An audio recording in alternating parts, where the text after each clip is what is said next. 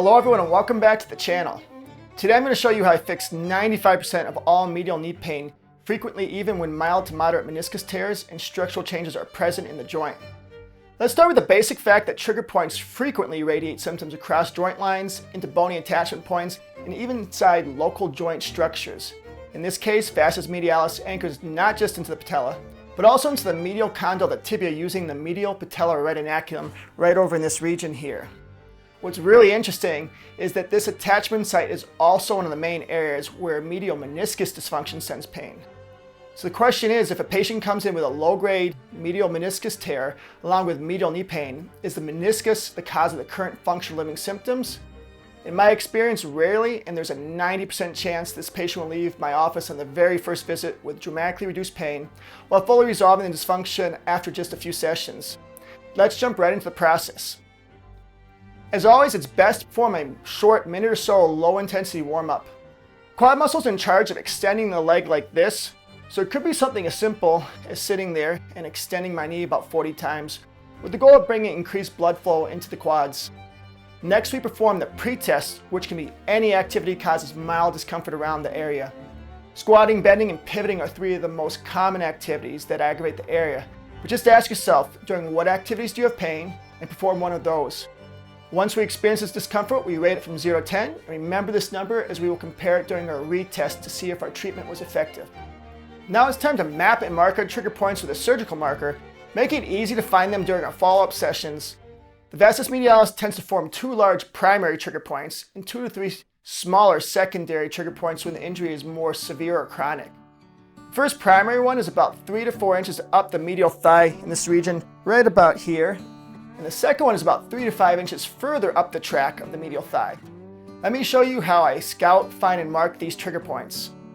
When finding and marking trigger points, it's really helpful to have a tool that allows you to get deep pressure because it's going to alert you when you hit the spots much better. Sometimes we have to apply quite a bit of pressure to know that we are on a trigger point. And I also have a little marker. So if I push my hand like this, I can outline the vastus medialis muscle. You can kind of see the borders here. And the primary trigger point, the first one, consistently forms right about here. So I know my general location, and now what I'm going to do is take this tool. I'm going to apply real deep pressure. And I'm not just going where it's tender, I'm going to take an extra moment. I'm looking for a lump. And I can say the lump is right about there. And I want to be real precise, so even if you think you're right on it, make some micro adjustments until you're really on the most tender portion of it. Then we can take our marker right over here.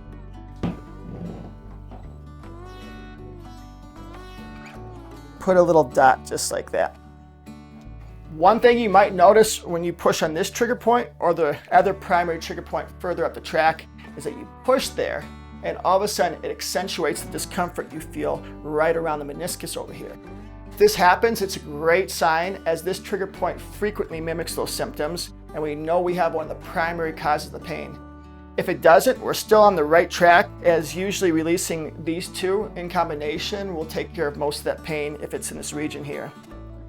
So again, we're going to move a few inches further up, and again, if I outline my vastus medialis like this, I can say, okay, about 3 to 5 inches further up, I'm going to find my trigger point somewhere in here.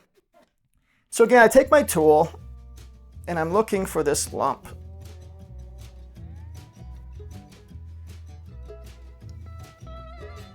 And there it is right there. If you watch real closely here, what you can notice is I can fall off this trigger point. So watch the skin in the tool right there. Just like that. Now what I've got to do is I've got to get right on top of that bump, because if I treat off to the side of it while it's going to be tender, it's not going to release the trigger point very effectively. So I'm going to get right on there, and I'm going to mark this one again.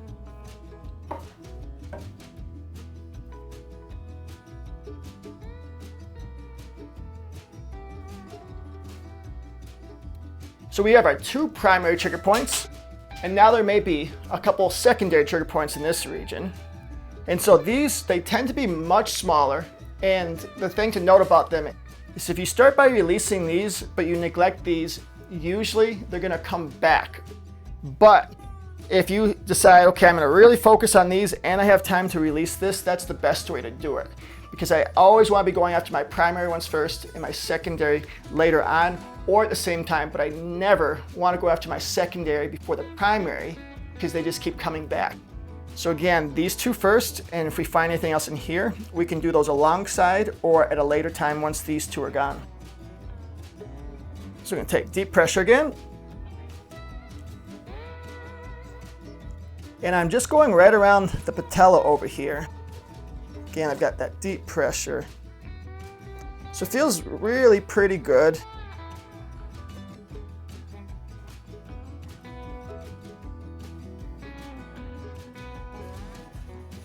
Okay, and I've got one. So some people may have 2 or 3, and they're gonna be tiny, like a big grain of rice. So I've got one right there. So you're gonna take this marker again, and put a little dot just like that there. So my injury is fully mapped at this point, and I've got my marks so I can follow up and treat this and find them real quickly during my follow-up sessions there. And now it's time to actually move on to the treatment. When treating this area, along with most areas of my body, this is my top tool for its superb leverage, and it's very rigid, allowing me to get great pressure. Other options, if I didn't have a tool like this, would be to double up my thumbs like this. It's gonna be hard to get the proper pressure like this, but it will get a start on reducing the symptoms. The elbow will probably work a little better. It's a little tricky to get dead center on the trigger point as you're applying with the elbow like that, but is an option. Or it could be the end of a broom handle that's round, any object that doesn't irritate the skin. But using a tool with good leverage when you start to really fix yourself up, there's nothing like it. So if we actually jump right into treatment, what I want to do is I already have my marks. And again, I'm going to start with my primary trigger points. In particular, this one, because this tends to be the one that causes the most issues around this area. So all I want to do is, even though I have the dot, I still am going to apply that deep pressure, and I'm going to take a second and adjust it a little bit. And I've got to get dead center right on the most tender part of the bump. And I'm going to apply pressure for about 30 to 40 seconds. And I want to get my discomfort around a 5 or 6. So I'm just holding that. And what you'll start to notice right away, after about 10-15 seconds, if you started at a 5, it's probably now at a 4. And then it's going to go to a 3. And so a more advanced technique is I'm actually going to keep increasing the pressure as I hold it. And my goal is to keep my discomfort level the same throughout the entire hold.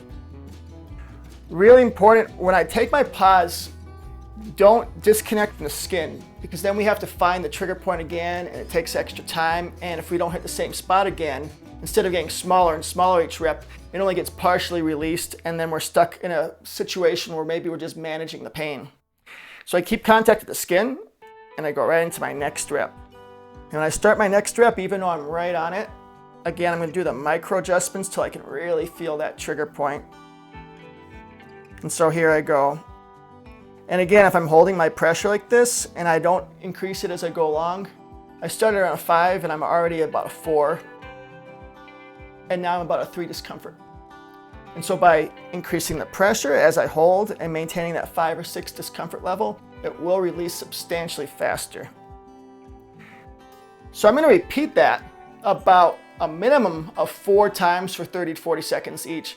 If I want to get rid of this quicker, I should do quite a few more reps. And if I don't mind getting sore, when I get injured, I might do 10 reps to a spot, and the next day I'm just back to normal. And it's a really nice feeling when you can return to your activities right away.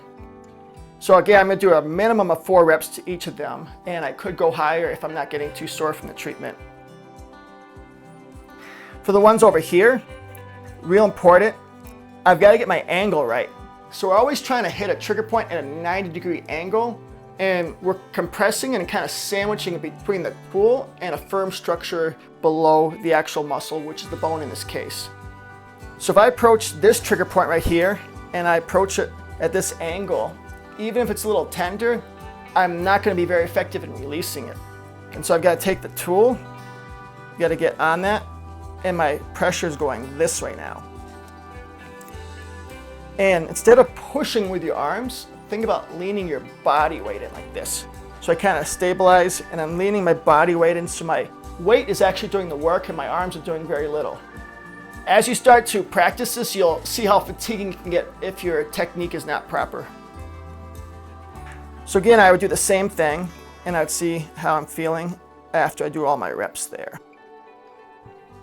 This trigger point, same thing. Well, these are my two primaries, so I want to go after them first. If I go after this one here, same thing. I've got to get my angle, getting on the most tender portion. Now it's time to perform our retest. We perform the exact same activity that irritated the area during our pre-test and see if the pain has decreased. If we were successful in targeting the culprit trigger points, there will be an immediate and noticeable decrease in the symptoms. Remember, to ensure a complete recovery, make sure to consistently progress the pre-test and retest activities, as the goal is to ultimately get back to dynamic activities such as running, jumping, and all other activities that are important to the patient. For the cool down, after successfully treating the area, it's best to fatigue the muscle to improve circulation and minimize the post-treatment soreness. It can be the same thing we did to warm up the muscle, so I might just do 40 knee extensions like this, or it could be mini squats, it could be going up some small steps.